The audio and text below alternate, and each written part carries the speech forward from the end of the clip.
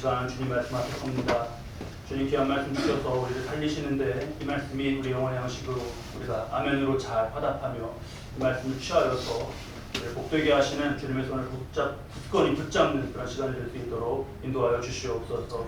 나는 자의 부족함, 또 우리의 모든 허물을 다 주께서 거룩한 옷자락으로 덮어주시고 주님의 말씀만이 우리 심령에 크게 울리며 우리의 삶 그리고 우리의 모든 이 땅에서의 일들이 주님의 말씀 가운데 갈 길을 찾고 또 모든 문제들의 응답을 받고 또 해답을 얻는 그런 시간 될 수 있도록 역사하여 주시옵소서.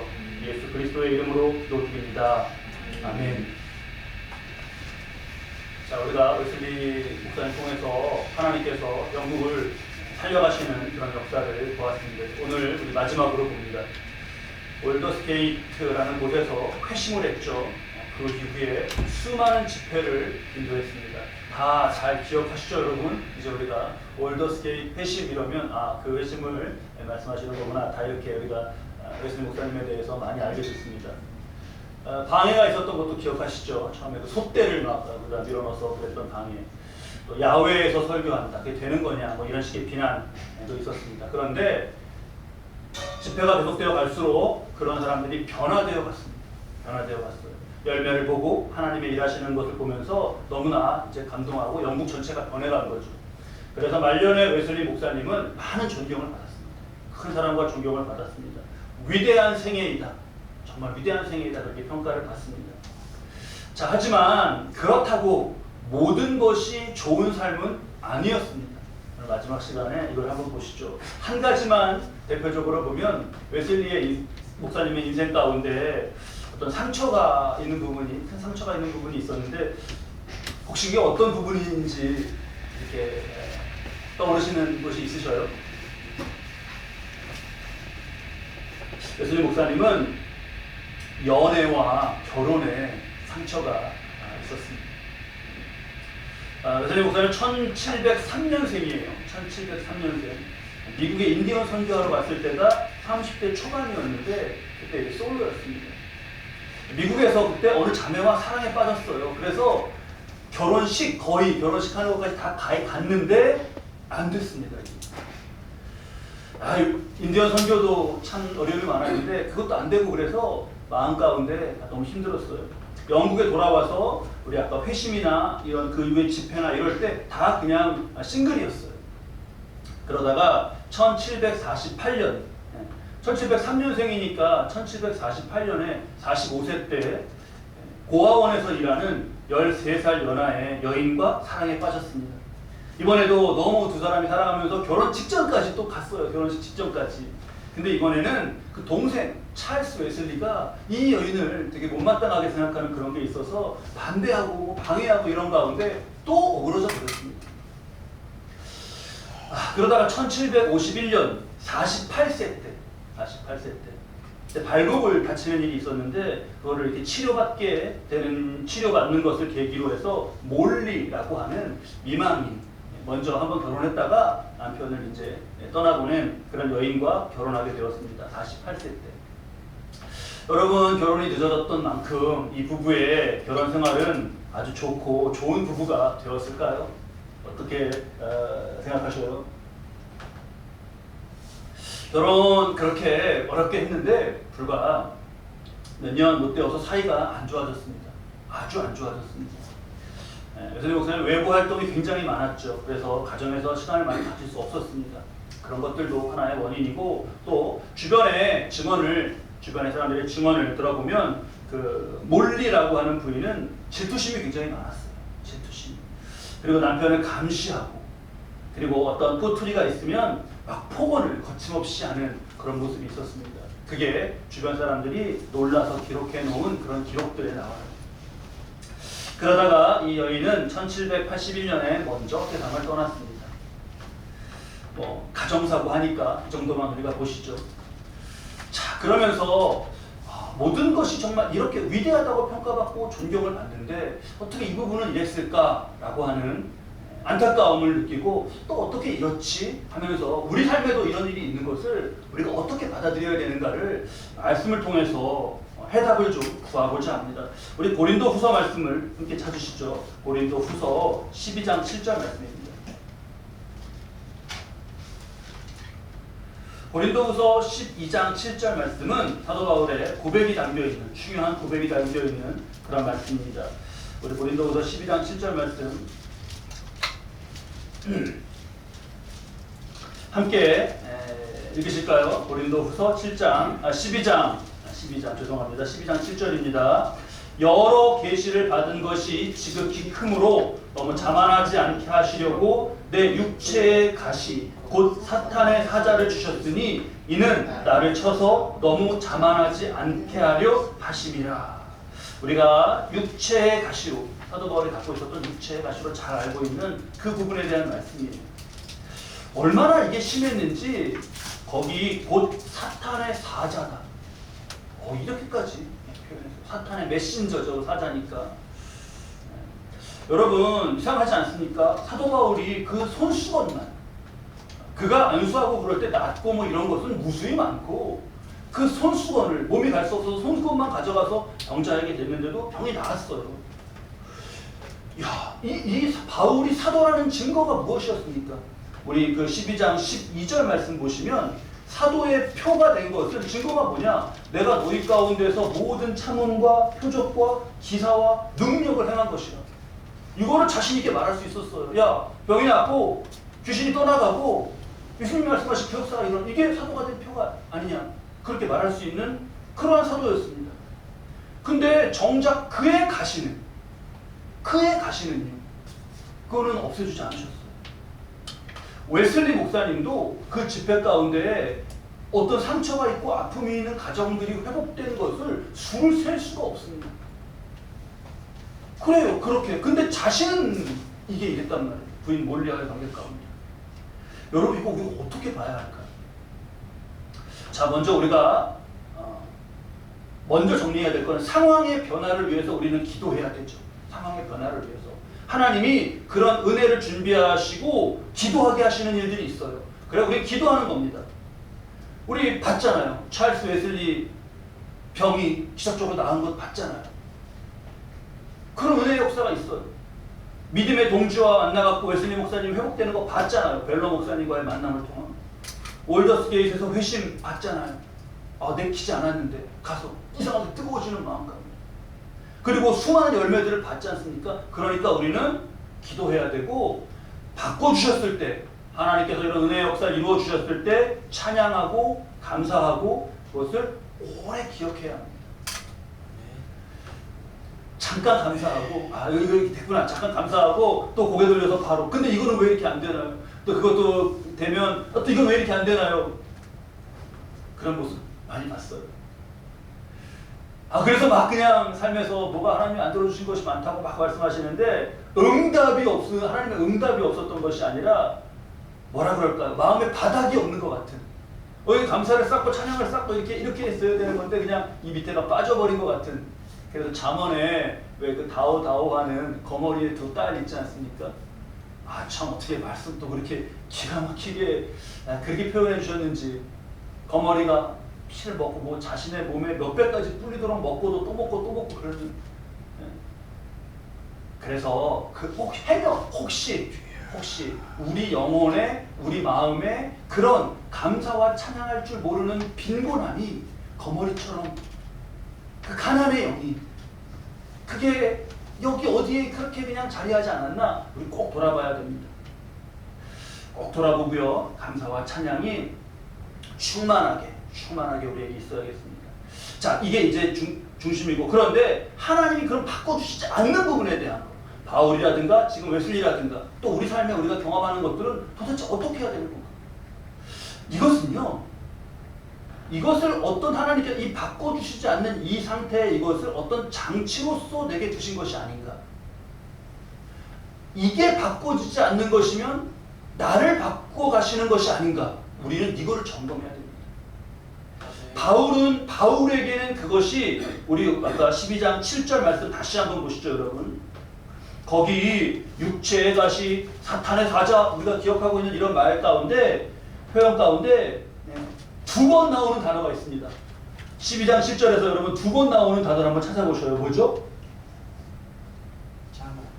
자만.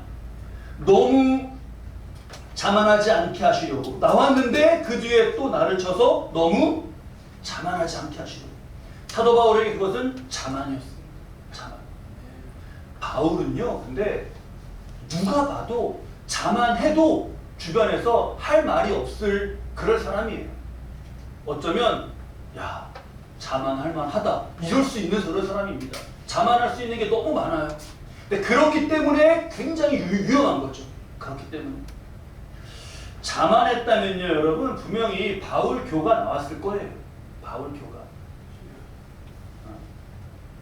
그러면 바울교가 나왔으면 그러면 자기는 그 자만 가운데 잠시 기분은 좋았을지 모르겠지만 그 자신이 스스로가 말한 죄인의 괴수다, 이게 이어져서 지옥에서도 우두머리가 됐을 겁니다.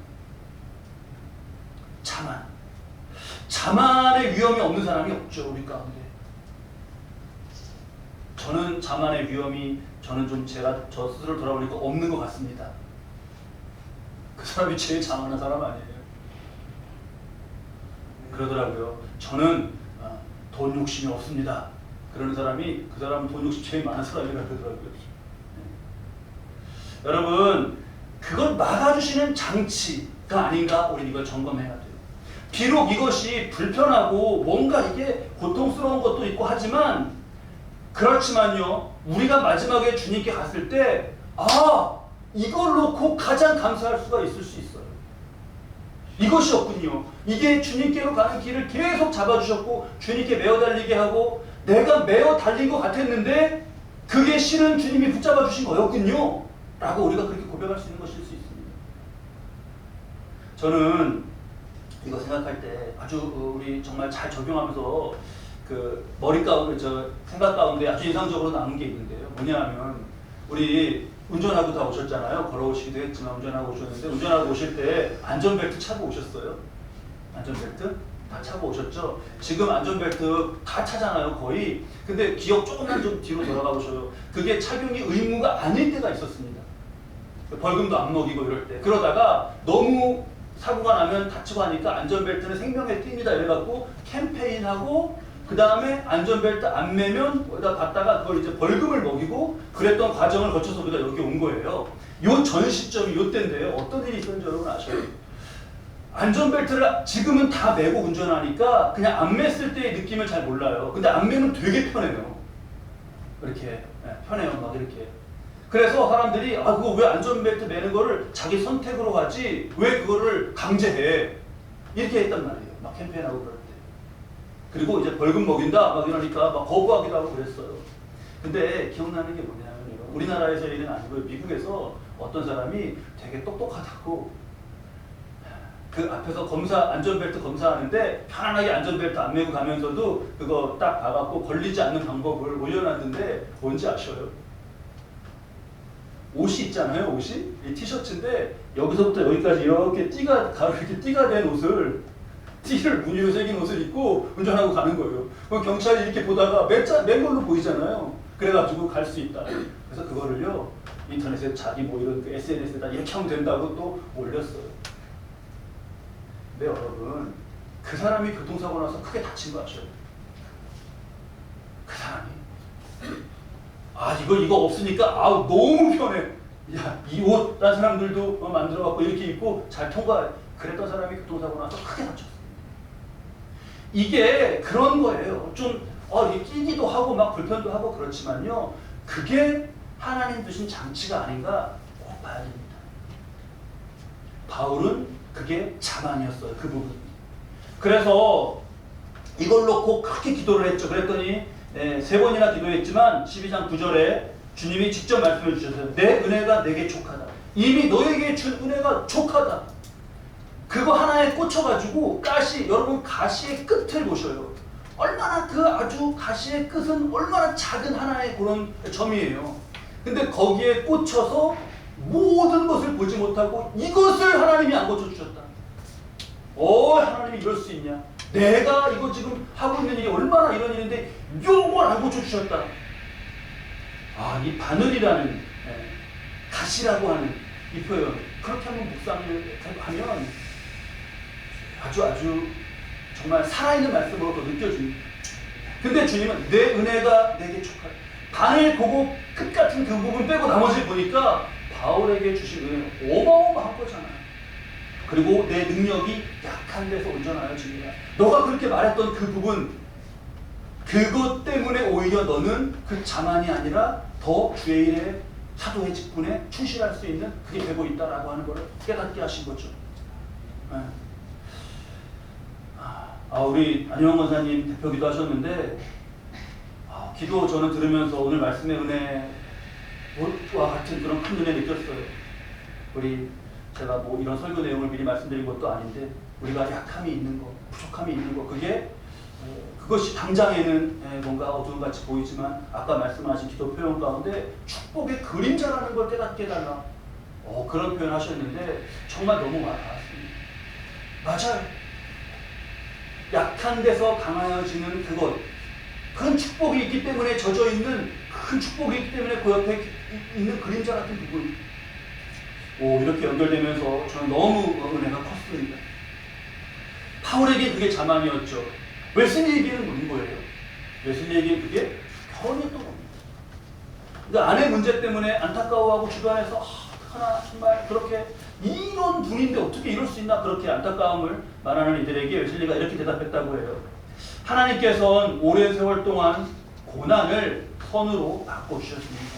만일 그녀가 좀 더 좋은 아내였다면 나는 하나님의 사업에 충성을 다하지 못하고 사람을 기쁘게 해주기 위해 힘을 썼을지 모릅니다.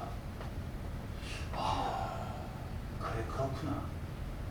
그러니까 웨슬리도 기도 가운데 말씀 다 알고 그러면서 이게 어떤 역사인지 사도 바울과 표현은 다르지만 동일하게 고백하고 있는 거예요. 여러분, 저와 여러분의 삶에 적용해 보시죠. 이것으로써 나를 어떻게 바꿔주시려는 뜻이 있는 일이 아닌가.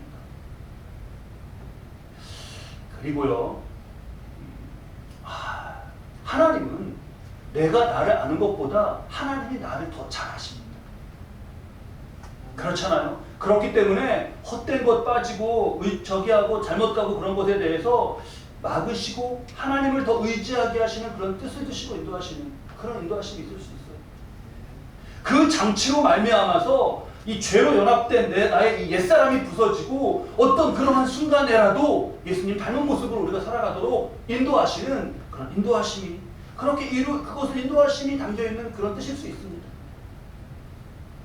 자, 우리가 여기서 정말 믿음과 하나님 앞에서 겸손하게 이 부분을 응답을 구하고 그렇게 하나님 약한 데서 강하게 하시는 역사하심이라면 우리가 믿음으로 이걸 감사할 수 있어요. 인간의 큰 교만이 뭡니까? 인간의 큰 교만이 뭐예요? 여러분, 인간의 교만 어디서 이렇게 교만하게 이렇게 뭐라 그럴까요? 몸 동작 제가 잘 못하겠네요. 교만하게 이러고 다니는 사람 보셨습니까? 어디 교회 가면은 누가 교만해서 거드름 피우고 이러고 다니는 사람이 있나요?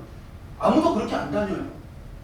아무도 그렇게 안 다닙니다. 교만 철저히 경계해요, 다 교회는. 세상에서도 교만 경계하잖아요. 근데 그렇게 다니는 사람은 없습니다. 근데 인간의 큰 교만이 뭐냐 하면 내 기대와 다른 결과를 놓고 그걸 실패라고 말하는 거. 그게 인간의 교만이에요. 그냥 내 기대와 다를 뿐인데 실패라고 말하는 거예요. 한 예로 부모의 기대와 좀 다른 아이가 있습니다. 실패인가요? 부모가 실패인가요? 아이가 실패인가요?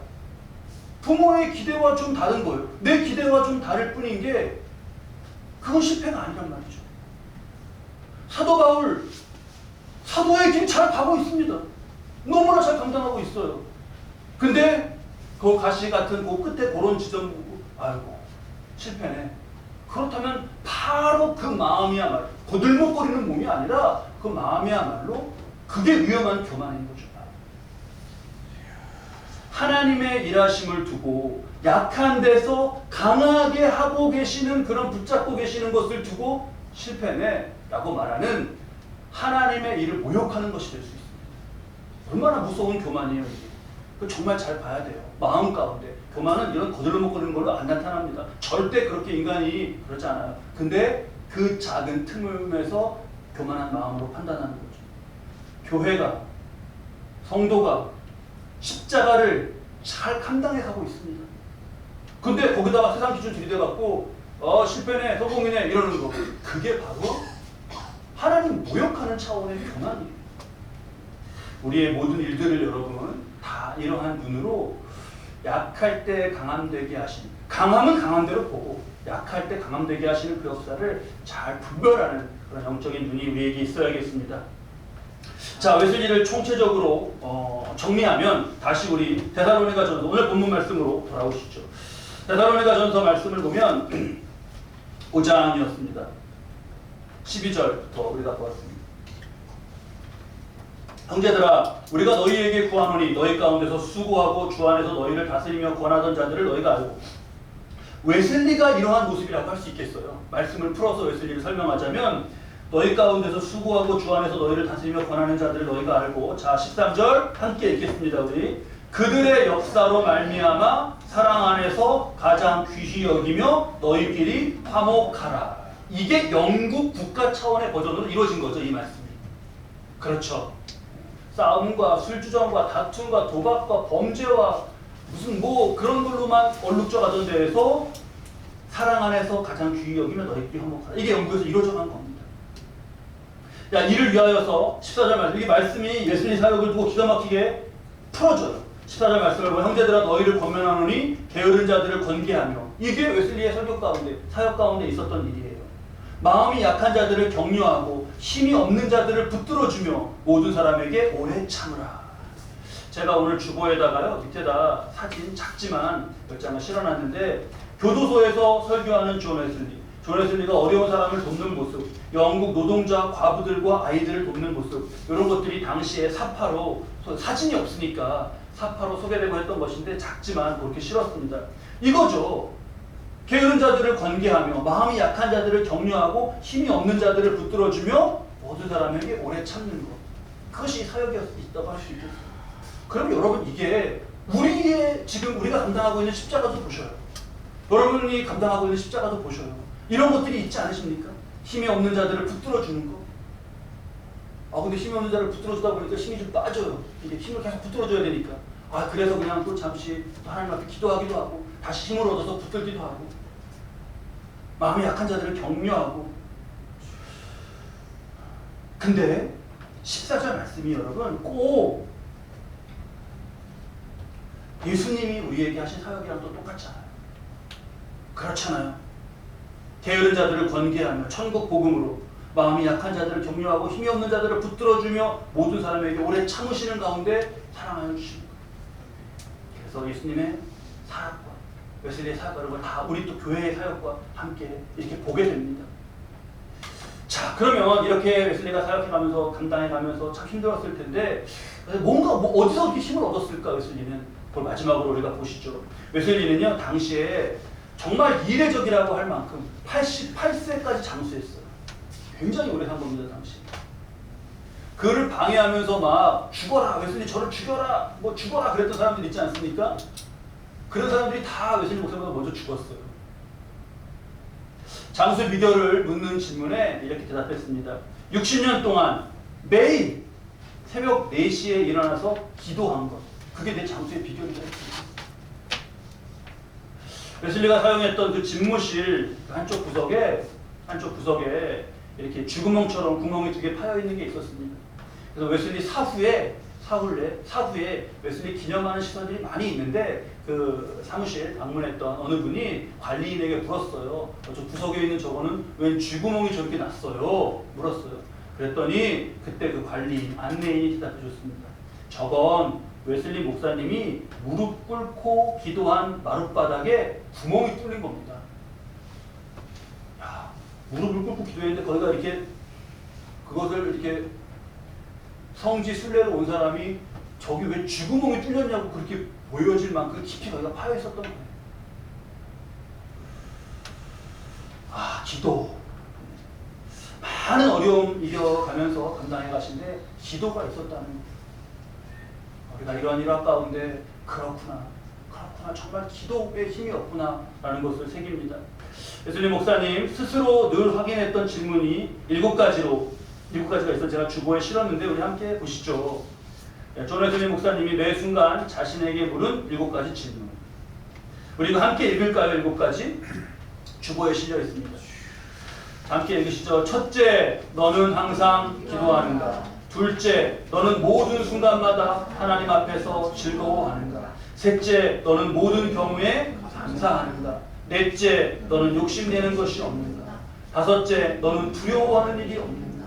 여섯째, 너는 내 중심에 연속적으로 하나님의 사랑을 느끼는가? 일곱째, 무슨 말이나 행동을 하든지 그것이 하나님을 기쁘시게 한다고 자신 있게 대답할 수 있는가? 7개 중에 여러분 그렇다라고 대답하실 수 있는 게 몇 개라고 그랬지만, 이거는 뭐 누구에게 목사님이 막 이렇게 하라고 그런 것이 아니라 자신에게 늘 이렇게 물었습니다. 자신에게 이 7가지를. 첫 번째가 뭐죠? 기도였어요. 거기서도 기도예요. 정말 기도가 있어야 강하면 강한 대로, 약하면 약한 대로 주의 능력이 온전해지는 기회가 돼요.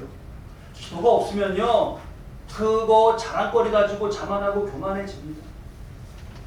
약하면 약한 대로 불평하고 원망하고, 그것 때문에 또 사람이 약심해요.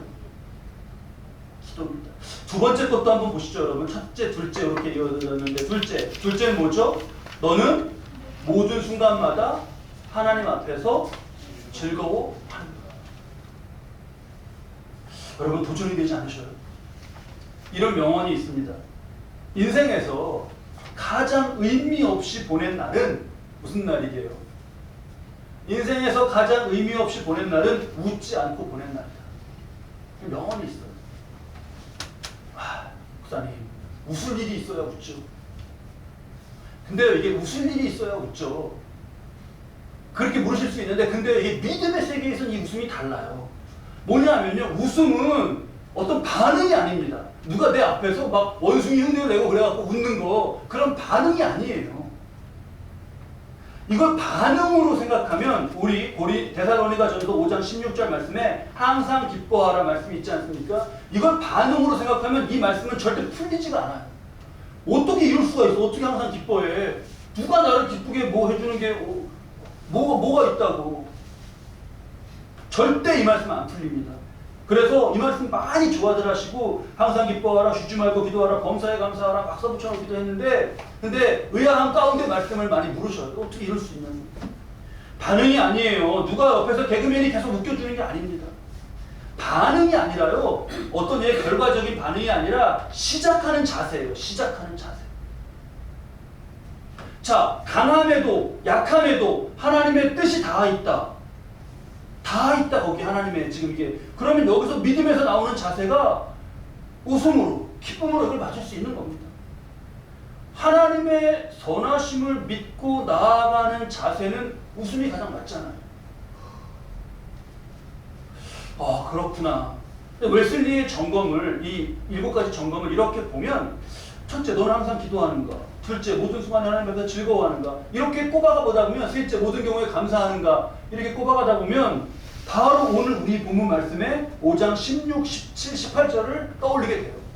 우리 5장 16, 17, 18절 보셔요. 항상 기뻐하라. 그게 웨슬리에게 몇 번이었죠? 둘째였어요. 쉬지 말고 기도하라. 이게 몇 번째였죠?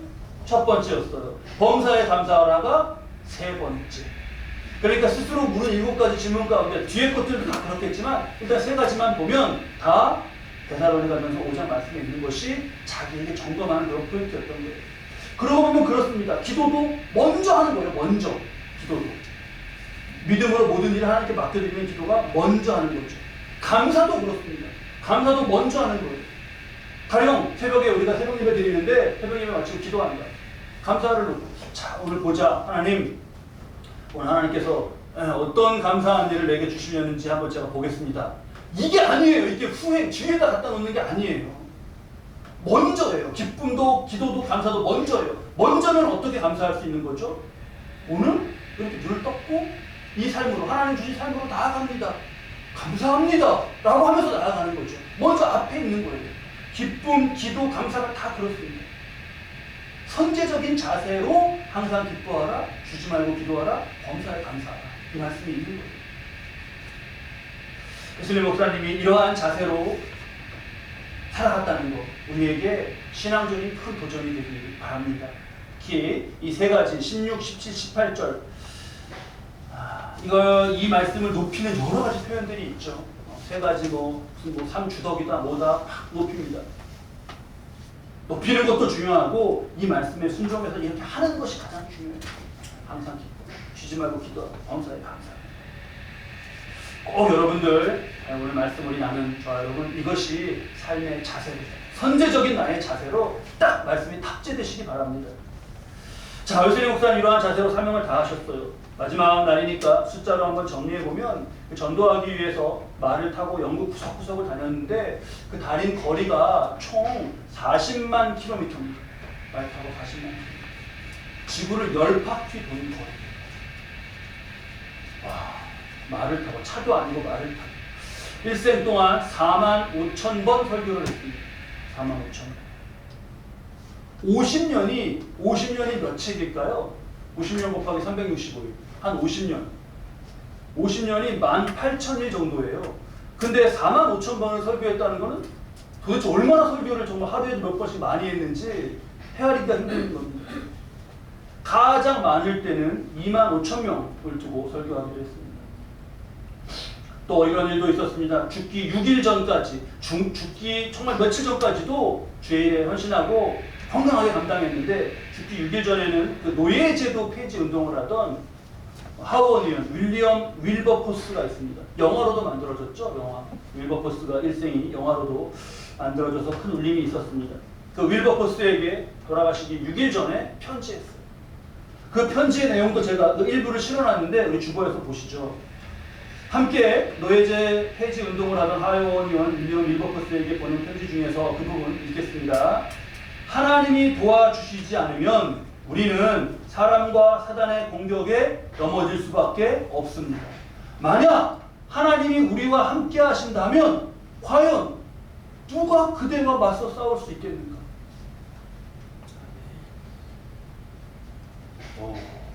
그러니까 선제적으로 기도하고 기뻐하며 감사해하며 일을 해갈 수 있는 것이죠. 하나님이 함께 하신다면 누가 맞서 싸울 수 있겠는가? 윌버포스가 이 말에 큰 힘을 얻었습니다. 그래서 계속 싸워나가죠. 16년 후에 이 편지 받고 난 뒤로부터 16년 후에 마침내 영국에서 노예제가 폐지됩니다. 미국보다 훨씬 빨리 된 거예요. 한 30여 년 빨리 된 거예요. 자, 막대했던 웨슬리의 직간접적인 영향력 이런 점에서도 볼 수 있습니다. 영국은 살아났고 수많은 찬사와 존경을 받는 가운데 세상을 떠났습니다. 그렇게 존경을 받고 했지만 끝까지 하나님 앞에서 사람의 칭찬이나 명예나 그런 것 의지하지 않았습니다. 그 임종전에 남긴 유언 중에서 이 부분도 우리가 함께 읽으시죠. 그 자세가 어떠했는지 그냥 느껴져요. 우리 함께 읽겠습니다. 나는 50, 60년 동안 이리저리 방황하면서 나의 미숙한 방법으로 동료 인간들에게 작은 선이나마 행하려고 하였습니다. 이제 나와 죽음 사이에는 몇 발자국밖에 남지 않은 듯 합니다. 내가 구원을 위해 무엇을 의지해야겠습니까? 내가 한 일 가운데 기댈 것은 아무것도 없습니다. 그러므로 다음과 같이 호소할 수밖에 없습니다. 나는 죄인의 괴수임에도 불구하고 예수께서 나를 위해 죽으셨다. 여러분 이 고백이 가슴 치지 않으셔요? 마지막에 이렇게 고백했어요. 인종을 앞두고. 그리고 숨을 거둬가시는 가장 마지막 순간에 했던 말은 거기 마지막 실어놨습니다. 우리 그것도 함께 읽으시죠. 웨슬리 목사님 마지막 말이에요.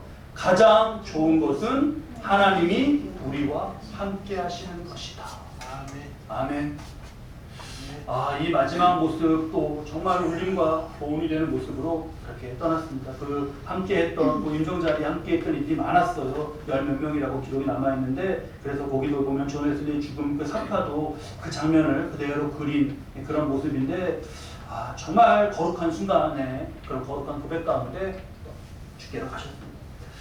자, 이 모든 사람들 우리 2주간 이제 정리를 마칩니다. 오늘 웨슬리 통해서 행하신 일과 그의 신앙과 변화를 보았는데 여러분 이러한 일들이 우리 마음 가운데 남고 그 삶 속에서 역사하신 하나님의 역사하심이 남아서 우리의 믿음이 더 굳건하고 풍요로워지기를 바랍니다. 불에서 꺼낸 거슬린 나무 막대기 버려지는 그것이 하나님의 손에 들리니까 크고 무창한 나무가 되었습니다. 저와 여러분 각자의 버전으로 이러한 은혜의 역사가 성취되시기를 주님의 이름으로 축원합니다.